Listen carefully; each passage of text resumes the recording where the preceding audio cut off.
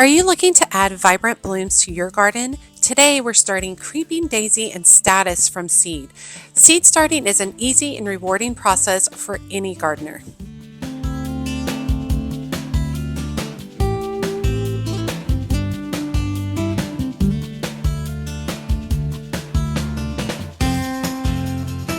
Hey y'all, it's Amanda and this is my Texas Zone 8 garden. And before we dive in, make sure that you like this video, subscribe to the channel, and share this video with a fellow gardening friend. Okay, so we are carrying on with our 2025 seed starting series. Let me tell you a few, and I'm looking off the direction. Some of the seeds that we've already started. Tons of petunias, which are killing it. Geraniums. We've got Jupiter's Beard. We've got 3 varieties of Rebecca. We have Calamantha. We have Cactus. We have, those are the ones we have from seed. Yeah, we've got Delphinium over here, which hasn't started sprouting and it's taking its very, very sweet time. I'm wondering if it's ever going to happen. It always takes forever. So we'll see if that comes about. And next in our seed starting series today, we're going to be starting Creeping Daisy and Statice from seed.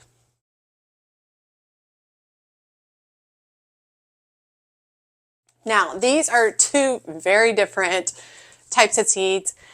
Basically, I just was looking at, my journal layout and what seeds I need to start. If you are not familiar with my seed starting journal or my gardening journal, I utilize post-it notes that talk about each of the individual seeds that I would like to start. And based on how many weeks I am away from my last frost date, that's when I decide what varieties I'm going to start when. Okay, so the Creeping Daisy is actually what I'm growing for a back portion of the back garden. I'm installing a new garden this year, and that new garden will be quite big, and I want to be able to have some plants for it. And this variety is a Creeping Daisy. I purchased it from Southern Seeds. It is an annual. It has sweet little white daisies with bright yellow centers, which are beautiful. It's good for rock garden containers, window boxes, and as a ground cover. I'm hoping to grow it over the edge of a retaining wall.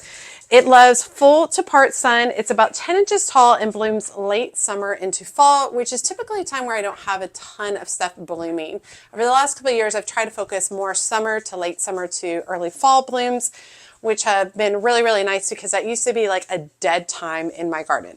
Now these are an annual, so trying this will be interesting to see how these do and how long they come to fruition, because this is my first time growing this particular variety. If I end up liking it and I need the plants to be bigger, I might start them a little bit earlier. My goal with seed starting is to get my plants a little bit further along. I want them to feel closer to like I just bought them at the nursery kind of situation when I go to plant them outside.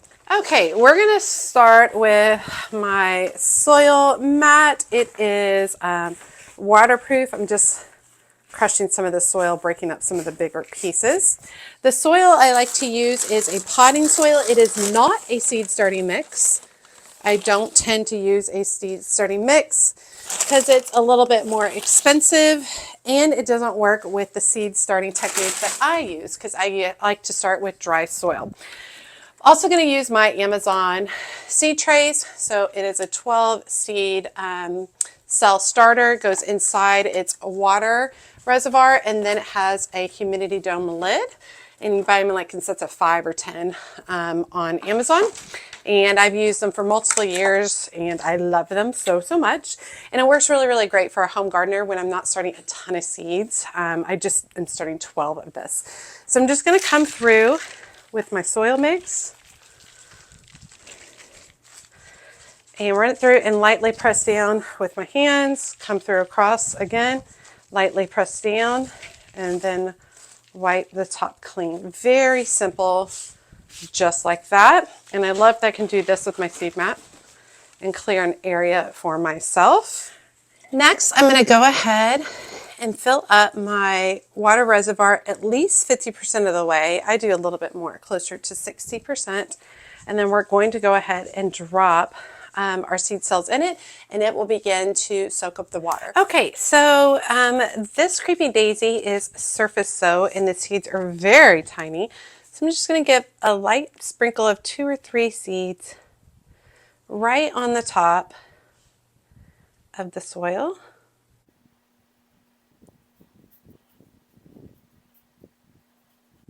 And I have plenty left for next year, especially if I end up liking it. That'd be awesome. All right, and since these are surface sow, we don't want to cover them, so I'm just going to lightly press them into place, just like that. And you can see that the seed tray has gone down significantly. All right, just like that.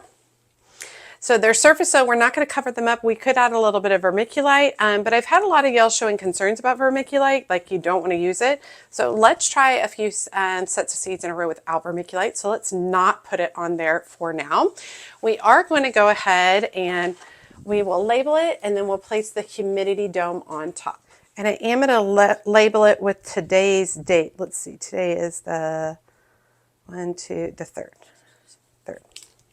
All right, and we're going to go ahead and press the humidity dome on top, making sure that the dial is closed so that it is sealed inside. Okay, so the creeping daisies take about 12 weeks to go from germination to maturity, where they start blooming. So about 12 weeks. So that's kind of how I figured out when I wanted to start based on when my last frost date is. They germinate in about 10 to 21 days, which is a long time, which makes me a little bit concerned about not having the vermiculite on, but it is what it is. So the vermiculite, when you put it on top, it helps keep everything really moist on top. But several of y'all have said you don't want to use vermiculite because it's an added expense. So let's do some of this without vermiculite. So you can see it is possible. You just have to be more diligent about making sure it's staying moist. It needs to be at about 70 to 75 degrees to germinate, which is a little warmer than what I have in my home. So right here, I've got a heat map for seed germination. So I'm just going to go ahead and slide that right on there, just like that. And I do have lights on right above it, grow lights on right above it, that are on 16 hours a day. You need to have this under lights 12 to 16 hours per day. Now this seed does not require any kind of cold stratification or cold moist stratification, so you can just go ahead and start it as soon as you get it. And in about 10 to 21 days, we'll take a look and we'll see how these do. And as I have in the past, I'll be sure to keep you guys updated on my seedling progress, whether they are successes or failures. Okay, going on to the next variety that we're going to start today, which is Statice. Now this is different from the sea lavender Statice that we already started, and that is actually doing really well. Let me see if I can find it. Okay, it's all the way at the back. So, but it's doing really, really well. This Statice is more of an annual, and this is grown for a cut flower, specifically for a cut flower. I will say, even though it's an annual, quite frequently it overwinters in my Texas Zone 8 garden, and I might get multiple years out of it. Now, these particular seeds are from Johnny's Selected Seeds. They're supposed to be a pure white, but in my opinion, I think that they have a touch of like a blushy gray lavender kind of color to them. And this is my favorite color of annual Statice to grow. Like I said, it's annual, but sometimes in my gardens it overwinters and I get multiple years out of it. It is about 24 to 32 inches tall. Does have a tendency to flop a little bit, so you might have to corral it or support it in some way to keep it upright. And it's excellent as a cut flower and even better as a dried flower. It's awesome. But it definitely just gives like this very like soft kind of secondary type of flower. It's not like a main player in a flower arrangement. It's a really nice detail flower, which is really fun because it's delicate and beautiful. It has a little bit of a vintage cottage feel to it. Now these seeds are a couple of years old. They're from 2022, so they might not be as potent. So I'll probably end up overseeding. So once again, we're going to start with the Burger BM7 potting soil, and we're going to go ahead and fill up our water reservoir at least 50% of the way. And then we'll go ahead and plunk this down and it will soak up the water. So let me bring you in closer for the actual seed sowing. Like I said, these are from 2022, so obviously a little old. So I probably want to overseed just for better potential germination. These are surface though, and they need light to germinate. Let's go ahead and use all of these. Well, maybe not all of them. That would be too much. I'm going to just put 2 or 3 seeds in each of the containers. If they end up doing really well and all of them germinate, well then I can always prick them out and separate them into multiple containers, but I still have quite a few left over. All right, and then I'm just going to gently press them down into the soil. We just want to make sure that the seeds have good contact with the soil so that when they do germinate, the root knows which way to go.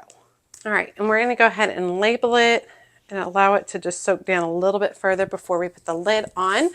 But while we're talking about that, this is about 110 days to 120 days from germination to maturity. So quite a while, and it's going to basically bloom May to June for me, which is awesome. It is a cut and come again flower, so the more you cut on it, the more it's going to produce.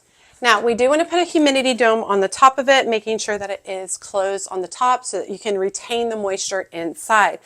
This guy germinates in about 5 to 14 days at 70 degrees, which is very appropriate temperature for my current house without a heat mat.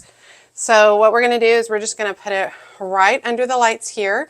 Because remember, it's surface, so it has to have light for germination, and it is not on a heat mat, but it's over here beside it because my ambient temperature is anywhere from like 68 to 72 degrees, depending on what's going on. And it is under these lights for minimum, mine are on 16 hours a day. You want minimum 12 to 16 hours per day for your grow lights. Now, let's talk about the Statice. Once it has germinated, it benefits from a cooler temp of 60 degrees after germination for about 1 to 2 weeks, which encourages better rooting. So one of the things that I might end up doing is once this has germinated, I might end up moving it to the very bottom of all my shelves over here because the temps are cooler towards the floor than they are at the ceiling. So I might move it down. I will definitely not be able to get it to 60 degrees, but I might be able to drop the temp a little bit just to give it a little opportunity to have cooler temps so it can root better. Now, Statice is not recommended for direct sowing. It does not do very well for direct sowing, so starting inside is definitely something that works best. I've started a wide variety of Statice from seed over the years. Forever Silver is definitely my favorite, and I am trying to get more particular about what I do and do not include in my garden. And so for Statice, while it's not my favorite cut flower, it is a necessary cut flower and it does really, really great and produces well. So I just wanted to start the one color for myself this year. Now, jumping back to the creeping daisy, once it is germinated, at least 50% of it is germinated, I will remove it from the heat mat and I will take off the humidity dome and allow it to continue to grow. Same thing right here with the Statice. Once it has germinated, I will remove the humidity dome and allow it to continue to grow. You definitely want to make sure that you're maintaining and watching and making sure that they are staying moist over time. Once they develop their second and third sets of true leaves, that's when we want to go ahead and start fertilizing. And I do fertilize with a mixture of Alaskan fish emulsion at less than 50%. I think it's more like 20% is where I kind of tend to be aiming. I like to fertilize all of my seedlings at one time. So I do that once every couple of weeks. Works great. Smells terrible in my house, but I am bound and determined to utilize all of the Alaskan fish emulsion I have. And we're going on year 3 with this baby, and we're only about halfway through. So it's going to be a few more years. I refuse to go buy more until I finish with that. It smells terrible, but it is what it is, and I will get my money's worth from it. Okay, so 2 more varieties of seeds starting. We are really going to be cooking on starting seeds now. I should be starting multiple varieties a week. When I look at my schedule for January, you can see I'm starting anywhere from 4 to 5 varieties of seeds per week. Each of these little guys is one particular type of seed. So Creeping Daisy, Statice seeds getting started. The next set I'm going to be doing is Bells of Ireland and Cleome. Then we're going to be switching over to Kirigami Oregano and Impatience. and then Gerber daisies, bacopa, and lemon thyme all together, and then saponaria seeds and gaillardia. And that does not even include the peppers and the eggplants and several other varieties of seeds we're going to be starting. Those groups just happen to be the ones I'm going to be doing over the next week and a half. So we are really going to be pumping. Now, I am a home gardener. I am not starting massive, massive flats of tons and tons of seeds. I typically start what you just saw, just a small set of 25 seed cells in one container. That works great for me. It's actually more than enough for me. I typically give a lot of my plants away to my good friend Kristen, who is also an avid gardener, or family, friends, and neighbors in the neighborhood. The only seeds that I do start a lot of are petunias. I do a lot of petunias because I don't like to have to go buy the flats from the nurseries if I can avoid it. So I do a lot of those. I'm probably also going to be starting a lot of impatiens and a lot of bacopa coming up.